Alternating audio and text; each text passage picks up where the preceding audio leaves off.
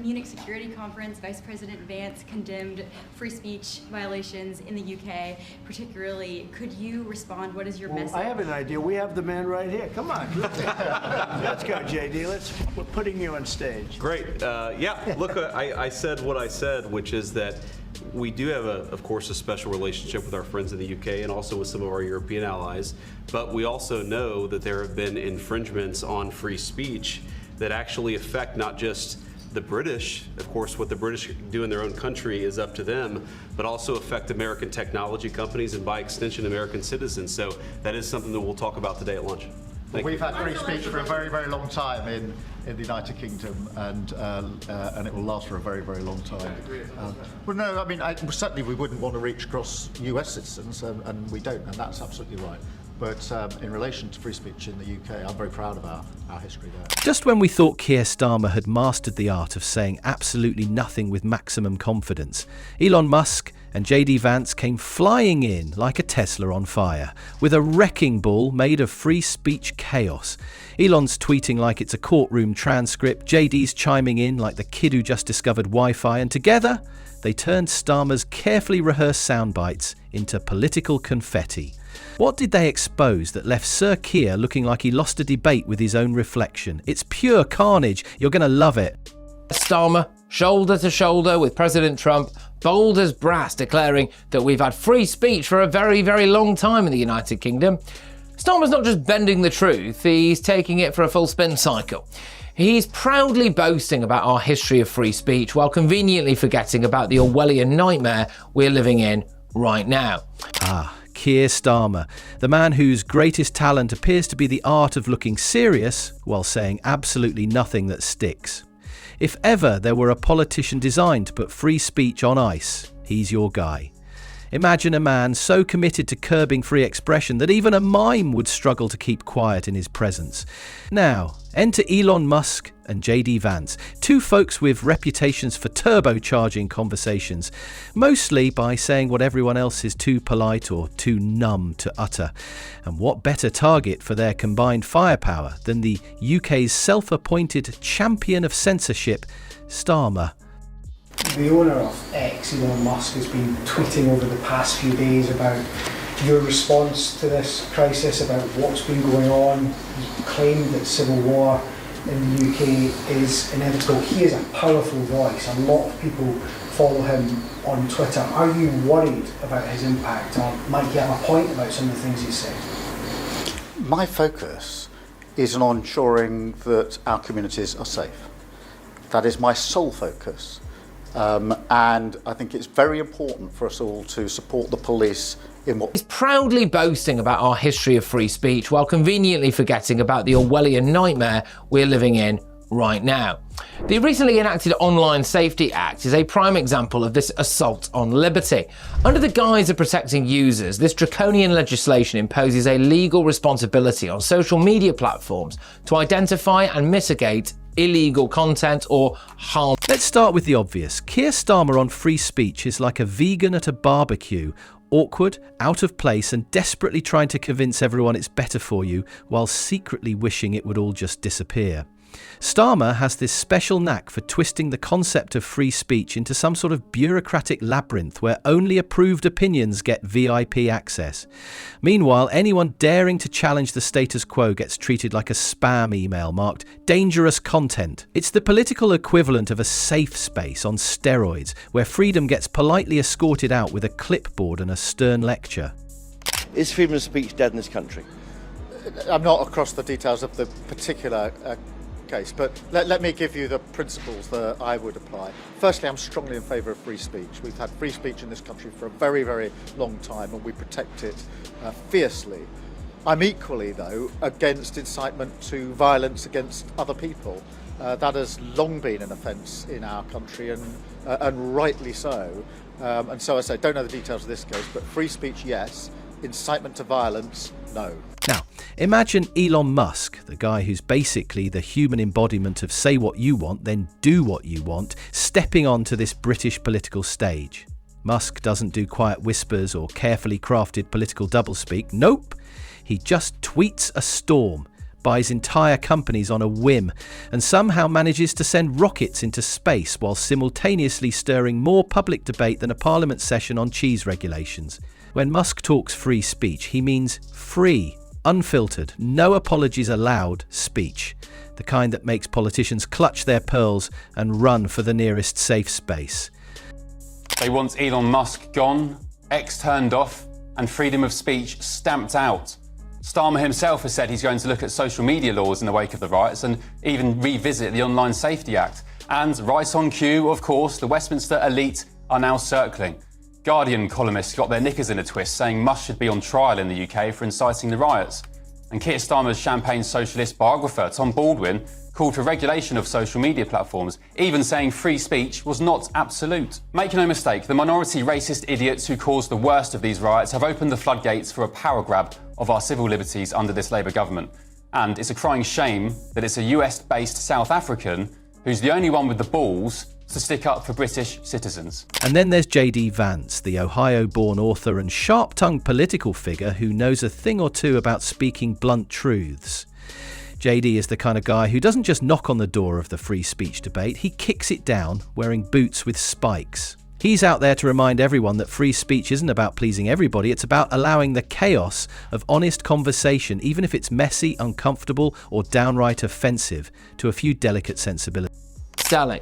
Vice President JD Vance didn't mince his words. He pointed out that these infringements on free speech aren't just affecting us Brits, but American companies and American citizens too. So, what happens when these two collide with Keir Starmer's pristine, carefully curated free speech version? Spoiler alert, Starmer doesn't even get a chance to open his mouth before the roasting starts. Because Musk and Vance aren't interested in politeness or platitudes, they want the truth served sizzling hot, no chaser. Starmer's free speech game looks like it was designed by someone who believes in freedom, as long as it's silent, polite and politely silent. Under his watch, critics and dissenters risk getting labelled extremists or conspiracy theorists faster than you can say cancel culture. The irony? Starmer once fancied himself a human rights lawyer, a defender of the very liberties he now seems hellbent on throttling. Maybe he figured the courtroom drama was too slow, so he pivoted to political repression for the big leagues. Elon Musk's take? If Starmer's version of free speech were a car, it'd be a rusty, government-issued vehicle, powered by bureaucratic red tape and running strictly on the fumes of spin. Musk doesn't have time for that. He wants a world where ideas compete in the marketplace of thoughts, without a regulatory referee calling fouls every 5 seconds. And when he talks about Starmer's restrictions, it's like a slap across the face of British politics, reminding everyone that free speech isn't the privilege you earn by towing the line. It's a right you exercise regardless of how uncomfortable it makes the powers that be. Elon is holding Keir Starmer to account. He's not going to back down, no matter how much they threaten legal action. Elon will stand his ground because he is on a mission for free speech. That is why he took over Twitter.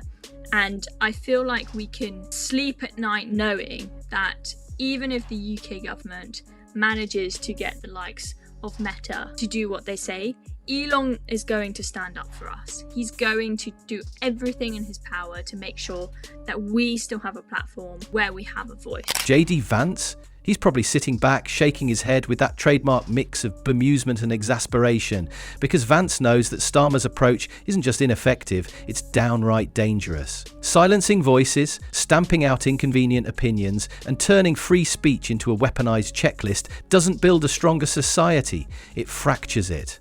And that fracture? It's already widening under Starmer's watch, thanks to his penchant for playing the political censor-in-chief. But let's get real. This isn't just about a politician being a bit heavy-handed with the mic. Starmer's approach to free speech reads like a cautionary tale about how power corrupts the concept of freedom itself. His government's cosy relationship with tech companies to police content, the increased surveillance and the eagerness to label dissenters hate speech or misinformation is a recipe for a very quiet, very controlled public square. Imagine a society where you can only speak as long as your words are approved by someone who's mostly concerned about maintaining power rather than promoting truth. Sounds like a dystopian novel? Nope. Welcome to the future, courtesy of Starmer's blueprint. Meanwhile, Musk is out here literally relaunching Twitter to fight back against this creeping censorship. Sure, he's no saint. The guy's more complicated than a Rubik's Cube at a philosophy convention. But at least Musk's approach injects a dose of reality into the conversation. He's holding up a mirror to Starmer's free speech fantasy, reflecting back how it suppresses innovation, debate, and frankly, common sense. Let's just remind ourselves just a little bit of what JD Vance has been saying at the Munich Security Conference this afternoon. Then we'll talk to John McTernan. But in the last hour, the Vice President has attacked Britain's approach to freedom of speech.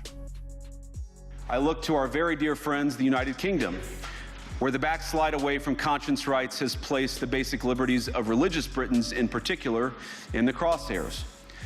A little over 2 years ago, the British government charged Adam Smith Connor, a 51-year-old physiotherapist and an Army veteran, with the heinous crime of standing 50 meters from an abortion clinic and silently praying for 3 minutes. Not obstructing anyone, not interacting with anyone, just silently praying on his own. JD Vance adds his own flavour to the roast by pointing out how Starmer's tactics alienate exactly the people who could benefit most from open dialogue. When free speech becomes a privilege for the elite or a tool to silence working class voices, the whole system loses legitimacy.